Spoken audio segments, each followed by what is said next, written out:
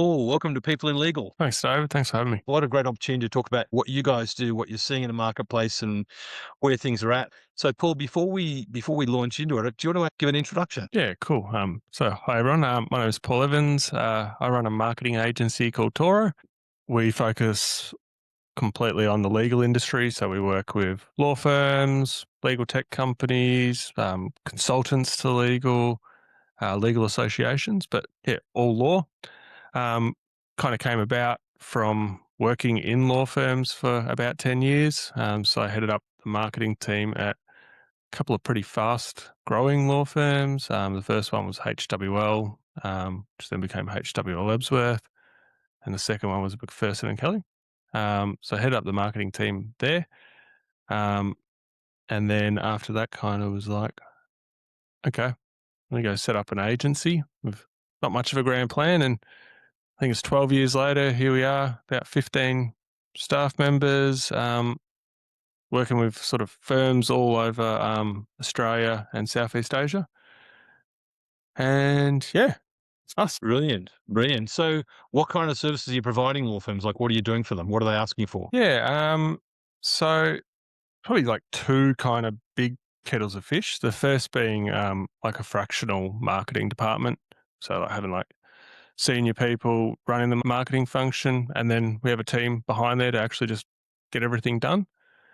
Sometimes we work with firms that don't have a marketing team at all, and sometimes we're like supplementing their existing team. And then the other is like sort of more project or campaign based works. We do a lot of websites, branding projects, tech implementations.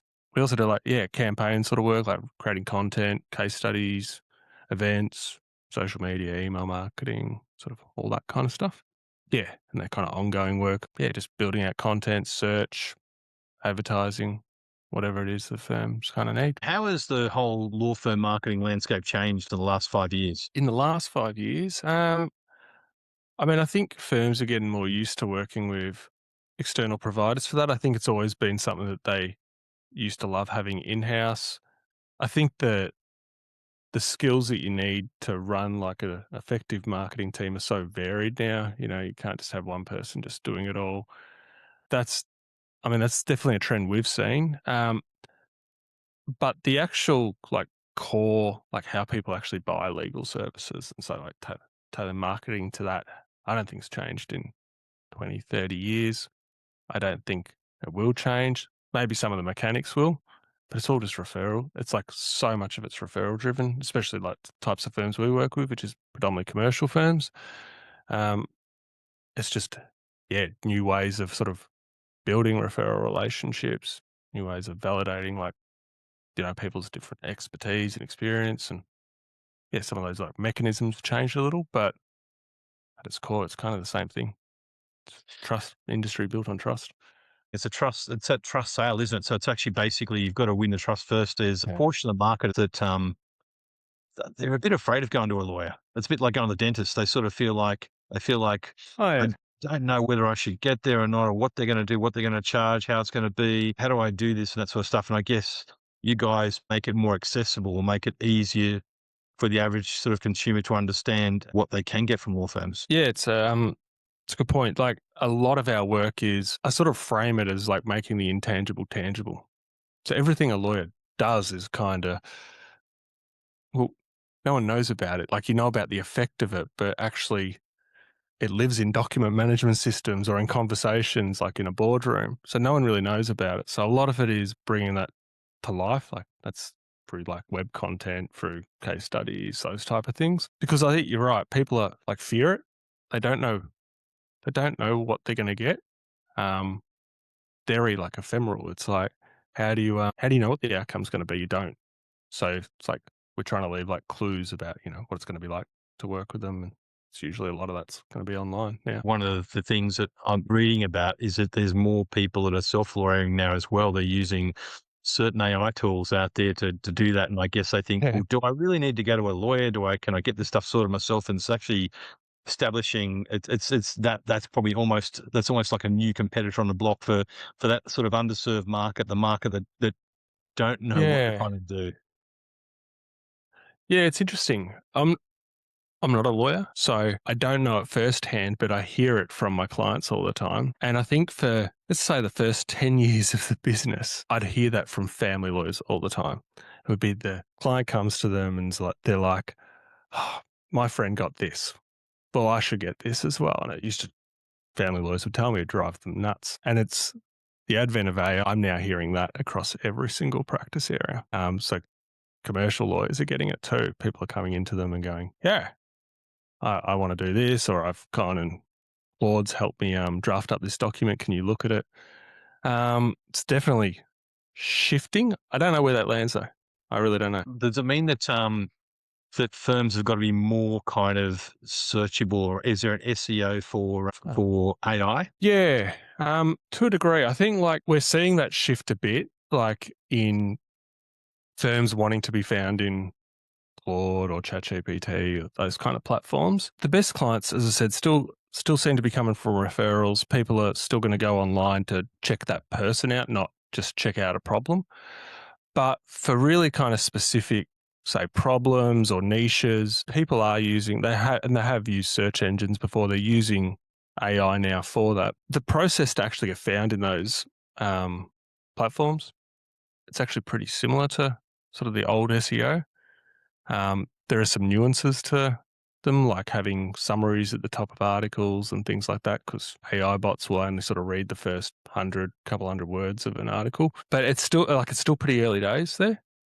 Most of the searches are still like what I'd call branded searches, people searching for that firm or searching for that lawyer specifically. And Google hasn't really started putting the AI overviews for those kind of terms just yet, but we'll see. AI and agentic AI. So, I mean, basically, how's that sort of figure into what you do? Are you getting firms saying that setting up agents and other things as well? How's that all sort of figuring into what you're seeing out there? We're not seeing firms come to us with those kind of problems just yet. We are probably getting probably two kettles of fish. We're seeing they've built prototypes and now they want to make them, I guess, more professional. That's one sort of thing, like whether it's either a web page or it's like an app or even content. They're sort of, they'll be using it and they've built like a beta or a prototype, that type of thing. So we've got that kind of one. The other is they're looking for like systems, if you want to call it that, or more like the assets to help make producing content through AI far more efficient and far more useful. So rather than just like your blank screen, having like all that kind of like information and the knowledge base, the AI can then kind of pull from. So we're doing a bit of that work as well. Things like style guides, how the firm writes, the sort of background knowledge and all that kind of context. It's kind of going to be structured in, a certain way. You got my attention at systems. I've had discussions with folks around the world about CRM systems for legal. It's a really interesting topic. Some folks sort of say that, do they really need the whole big production of CRM? Can they get away with using other sort of systems? There's all different sort of solutions to that kind of problem of actually tracking, the clients of a firm. What are you seeing around CRM and around that sort of that client management system side of things? I think if I look at my own clients, the predominant one is still email. They're actually like, it's just email marketing systems. Some of the bigger ones are using like ERMs. So more like your relationship management rather than like a traditional CRM. Yep. There's a couple of products out there that you're probably aware of that kind of map the relationships. They're great. Like they're invaluable. I think they're probably more invaluable than just a CRM. I mean, it's kind of a running joke with heads of marketing at law firms is like the CRM thing. It's like every 5 years it gets tried. They don't usually work that well. I think it's the nature of lawyers. They're busy. The systems require usually a lot of data entry, which is what the ERMs kind of work around. There's no silver bullet there is what I've always found. I don't know what your experience is. It's interesting because I mean the discussions sort of vary, and some people use CRM systems just for event management, or they're using different systems for. They might use a big system for just event management. But I won't name names and things like that. But there's some folks that actually have got email tools that plug in there and can actually read things as well. Yep. I mean, some folks just basically say, look, they'll actually look at LinkedIn as being a key source of contacts Yeah. and work LinkedIn. It's Yeah. interesting the different variation for folks and what they do, and I guess how consolidated the biz dev policies across the whole firm. Yeah, I think especially as the firm gets bigger, it becomes almost impossible to manage. And I think it's not a tech problem; it's a people problem. Like, you know, people want to manage their relationships in very different ways. Some people have lots of relationships. Some have only a few. Some don't want the firm contacting those relationships. Mm. That's kind of the reality of law firms. Mm. So it's kind of messy. It's messy. I guess AML's now this opportunity for firms to really they've got to update their contacts. They've got to go through, and it's Yeah. been Yeah. I mean, it's a two-sided coin. There's a work to be done, but there's also this enrichment of data as well, and the opportunity to go and use that Yeah, to clients that they may not have seen for a while. absolutely. And I think, really, I mean, something we help clients with is onboarding. Mm. Not from an AML. We've never done it from the AML perspective, but making that onboarding process kind of streamlined so that the client knows that they're in safe hands is it's Mm. pretty important. Um, but yeah, I think AML's it's been the thing for the last 2 years along with AI. So firms Mm. have been kind of buried in. But yeah, but you do get, I guess, some of that information, that you could feed into a CRM potentially. But yeah. Mm. I guess you were more working with the sort of smaller, medium-sized firms. Like, what's your end of Yeah. the market you're working with? Yeah, usually up to about 200 people. So sort of in that 20 to 100 people is probably our sweet spot, but we work with solo practices. Mm. We work with firms over 200 people, but I'd say like the sweet spot, sort of where we can add the most value is in that kind of 20 to 200. Mm. And how Yeah. big is the desire to get new clients? Is that a burning need of people going, I've got enough clients, I've got my traditional referral networks in place, I've got all this stuff here. Is there where are you seeing a desire to go in there and actually, like, what's the need? Yeah, yeah. That's a really good question. I'd say it depends on the practice. So Mm. for more transactional practices so like litigation, um, maybe M&A, where you need to keep sort of refreshing it, I think the marketing needs are quite different. It is a matter of staying visible in front of the right people, in front of the right referrers. For your more sort of like relationship driven, sort of, where the work's ongoing, I would say the biggest challenge, like you'll have partners that have, well established, they're not without work. They probably never will be, but they're Yeah. really trying to get their senior associates and sort of below drumming up business. And I think the days of, winning work on the golf course and those sort of things they're getting harder and harder. I'm in Mm. Victoria and it's since the pandemic, building relationships is very different to what it used to be.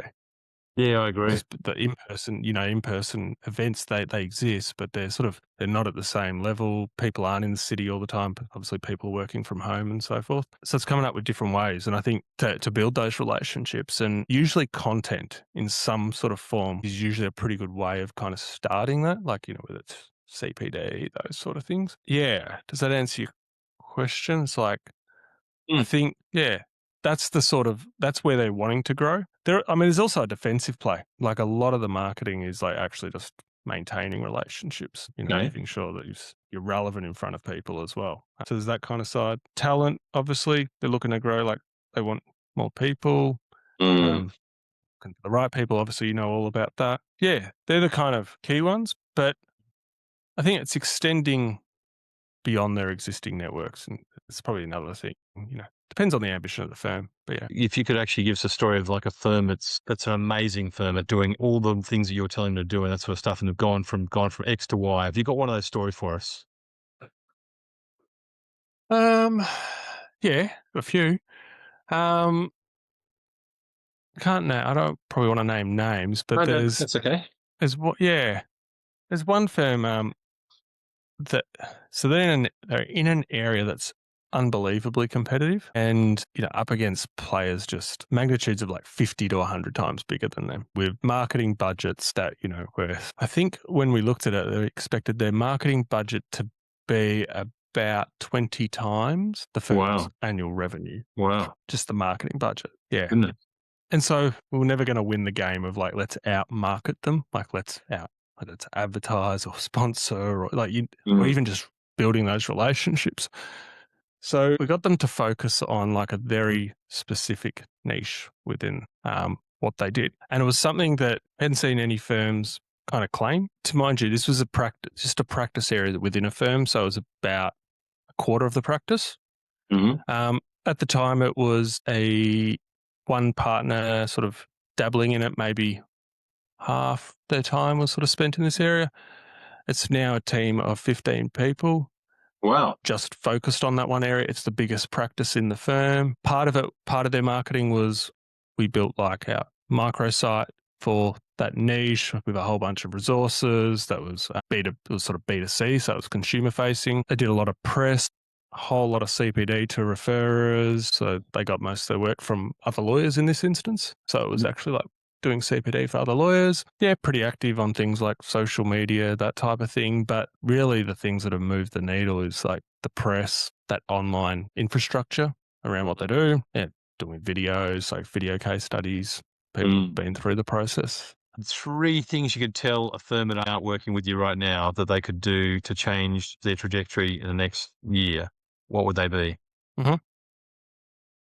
Wow. Besides using you guys. Yeah, I think the first thing would be to get serious about referrals. So don't treat it like an afterthought, like get actually proactive about it. So actually Mm. pursue them, add value to those relationships. Like what that can mean so many different things. It completely depends on the practice area, but actually be thoughtful about what you're going to do to get referrals. Don't just expect that they'll come. The second is when people get the referral, they go online. The research around it's like 99.5% of people. So 199 out of 200 will go online and Google that person's name or the firm's name, usually the person's name. I reckon the 80-20 rule of like a law firm's website is get your profile page just humming. So Yep. have like your experience on that page. Like Mhm. don't talk about, where you went to uni. I mean, you can include all that sort of stuff. It's fine, but people want to know, have you like solved my problem before? So Mm. having like actual case studies, or even if they're just a paragraph, like a snippet of the type of work you've done, who you've done it Mm. for. Again, it can be anonymized. That's where people go. And that's where they make the decision on whether they're going to call you or not. And if they don't like what they say, they'll never call, and you'll Mm. never know. It's kind of with all the tracking tools we have at our disposal, we Mm. still don't know if people go to your website and don't call. And then the third, which I think, law firms are probably pretty across right now, at least from an AML perspective, is that onboarding. So like making that experience really easy for people to kind of go, okay, I'm in the right spot with the right lawyer. It's Mhm. going to make the rest of the engagement just so much easier and probably Mm. stickier if it's going to be Mm. like a ongoing relationship. Probably the big three. Yeah. Brilliant. Well, so wonderful to talk today. Thank you so much for your insights. We'll put links to your business in the comments in the video as well. Beautiful. Thanks, David. Thanks for having me on.